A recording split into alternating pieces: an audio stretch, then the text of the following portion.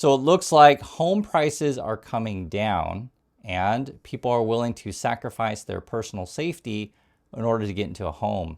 That's about today's video, and there's some things I want to show you, and let's jump right in. So first, 10 markets where new home prices are dropping fast.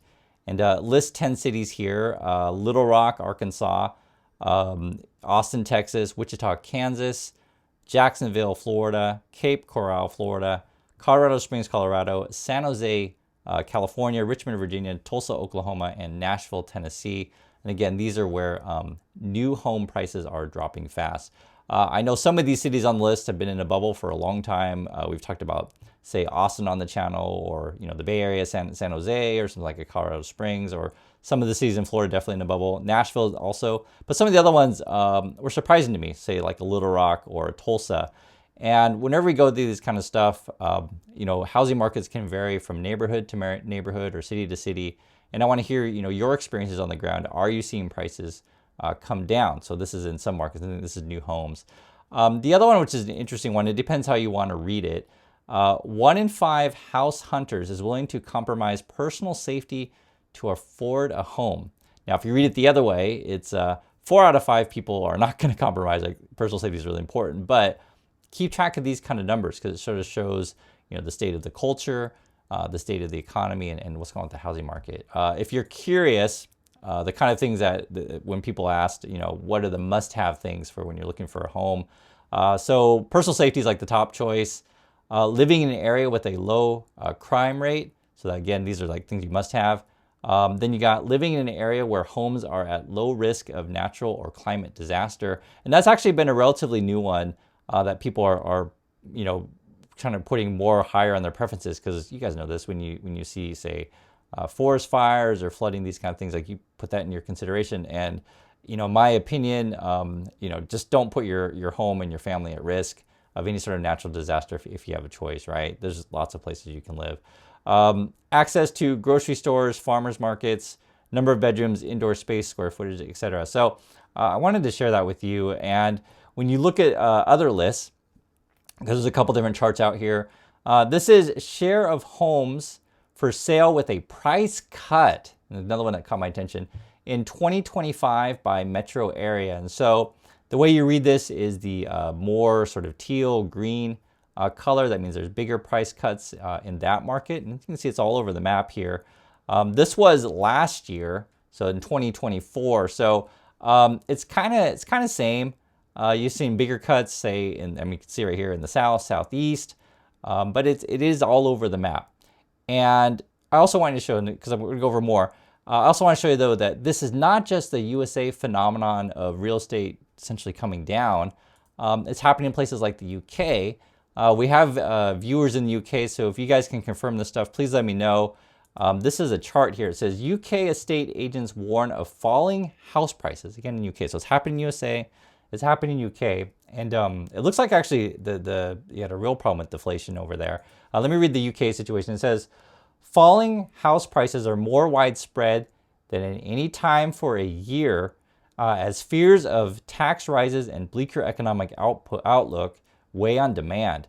And that's a survey of UK estate agents found. I actually have a friend who works in the UK. She sells homes, I think it's London.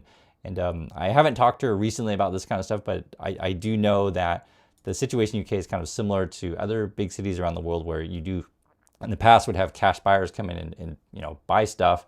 And essentially that would be a lot of speculation in the real estate market, which is not just, London, it's not just LA or whatever, but it's multiple markets are like that. I think you're definitely seeing some stuff, money coming out of that. China was a big place for that. With the Evergrande situation, this also came out today.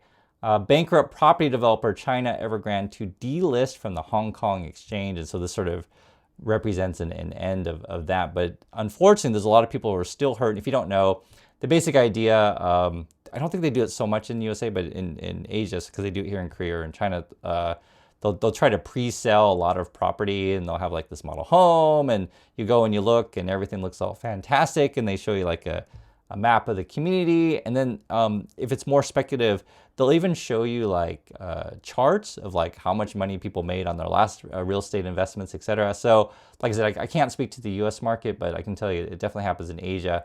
And then in China, then you had a lot of people who effectively borrowed a bunch of money to buy, said things, and then the houses slash, apartments were unfinished, and so now they're kind of stuck with a mortgage and an unfinished home. I mean, it's the whole thing's as a mess. And you can see there's a headline here. This is also today.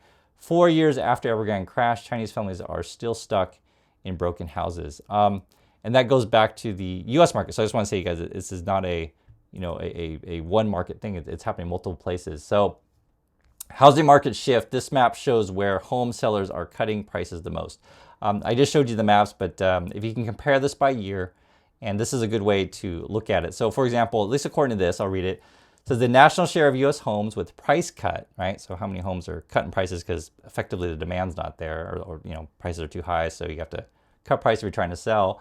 The national share of U.S. homes with the price cut is further confirmation that the housing market has been shifting, relatively speaking, towards buyers ever since mortgage rates spiked and the pandemic housing boom fizzled out.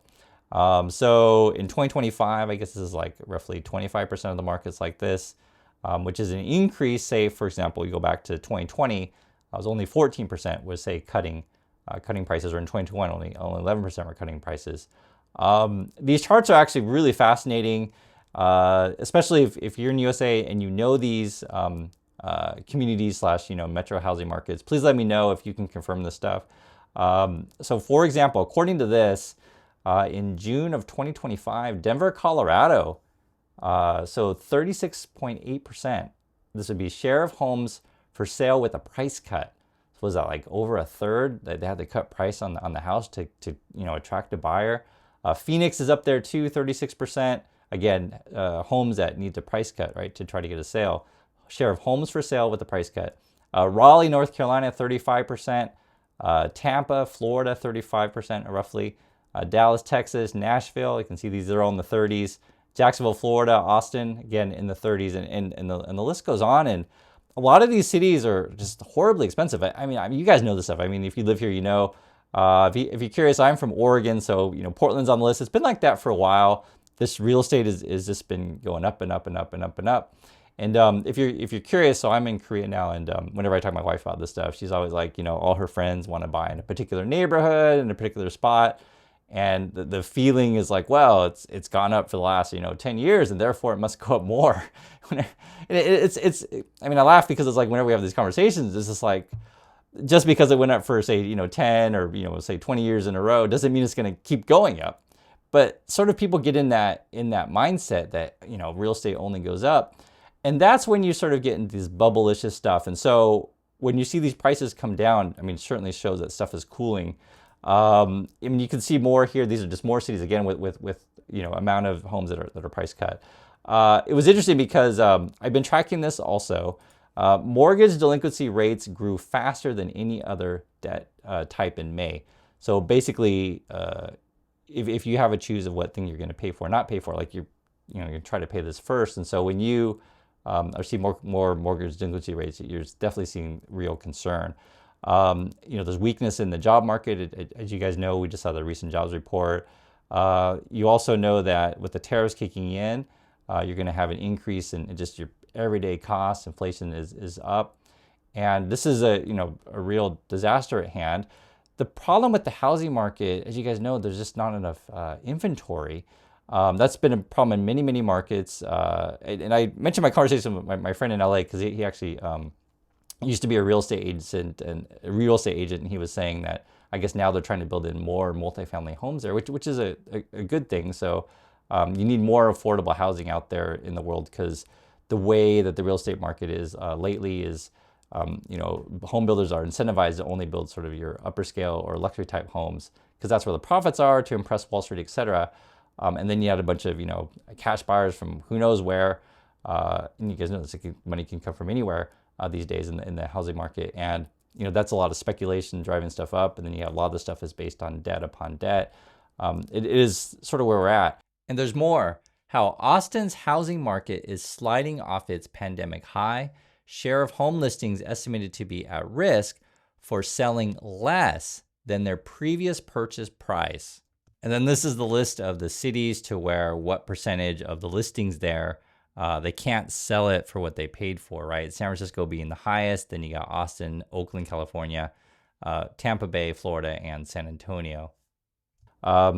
When the housing market goes down, you have half the people celebrating because they're looking into getting into a home, right?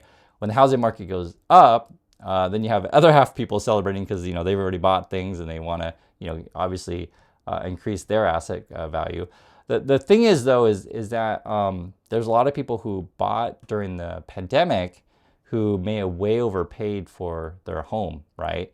So let's say you bought in a bubble area, and I think during the pandemic, I think the biggest bubble might have been like Coeur d'Alene, Idaho, maybe Austin, like one of those two, and I think maybe Colorado Springs. I remember seeing the list, and I know Florida also, because people are moving around and that kind of stuff, and so with that thinking of like, hey, things only go up, and I need to borrow money while the money is cheap, right? Because it can get 0% or 2% or whatever.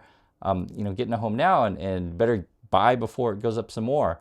However, at the moment, if unemployment really ticks up as, could be, unfortunately, and just talking the truth about this stuff, because with the Trump sort of tariff policy and the slowdown in the economy and the mismanagement of how things are going, it could get really ugly out there if indeed a lot of mortgages are underwater to where they can't even sell for what they bought it for, right?